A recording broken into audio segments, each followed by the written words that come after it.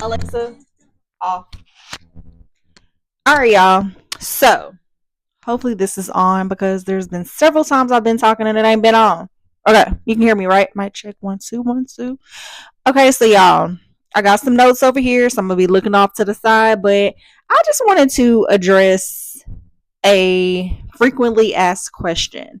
And people seem to confuse like core and ab workouts with like something that's like forbidden and we shouldn't be doing it. Like, why not?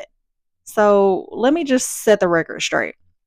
You do need to train your core to get your abs and all of that. You know, some of us got a little pooch and fat and flat back and all of that, you know, and you can't see our abs yet, but we have to work to get there. All right. So, yes, you do need to eat right. You do need to drink your water. Like, those are going to be things that once that fat loss is gone, your abs can start to come through. So, whoever told you, oh, you don't need to be working your abs or your core, they're a liar. Okay. They lied to you. So, y'all will see me post more core exercises. Summertime is coming.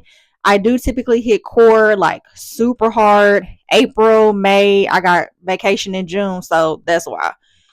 But okay, so we want to start training our core more. Let me go to my notes. So what I wanted to give you is a simple breakdown, okay? So we if you're doing like a light, moderate core workout, you can absolutely do those every single day. When I say moderate, light core workout, I mean like planks, dead bugs, like any type of stability type of things. You can absolutely do that every day. All right.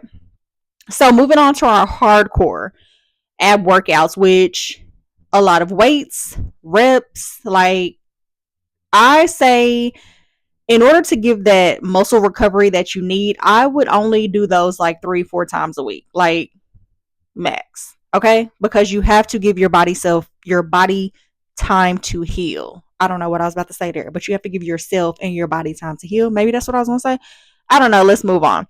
So if you are lifting heavy, squats, deadlifts, on those days, I wouldn't suggest training my core a whole lot because you've done a lot. But just throw you like a core finisher in there and just be like, you know what? I'm going to do 20 V ups at the end of this.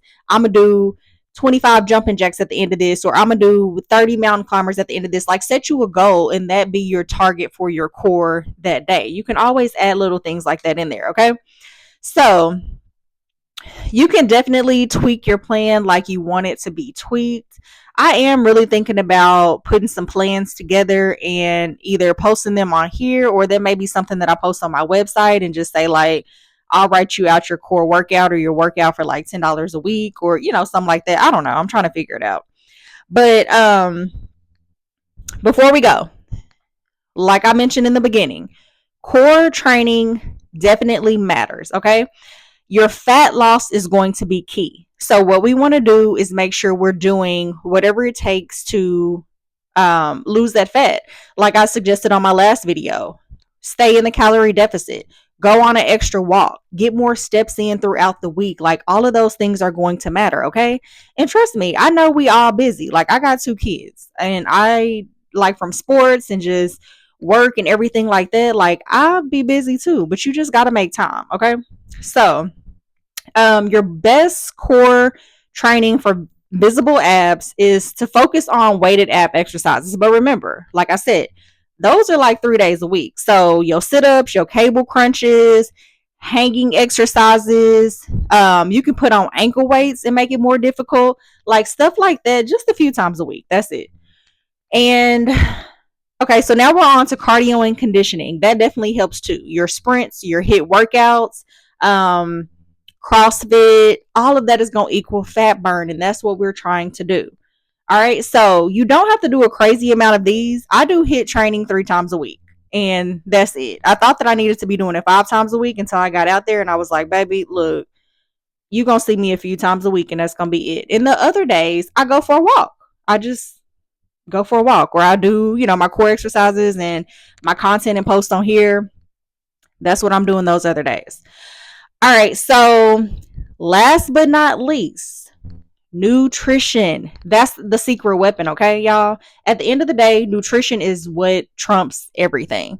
So, high protein, you want to focus on smart carbs, which, especially around your workout. So, after a good workout, eat a carb. Make sure you're drinking your protein shakes and just doing all the things, okay?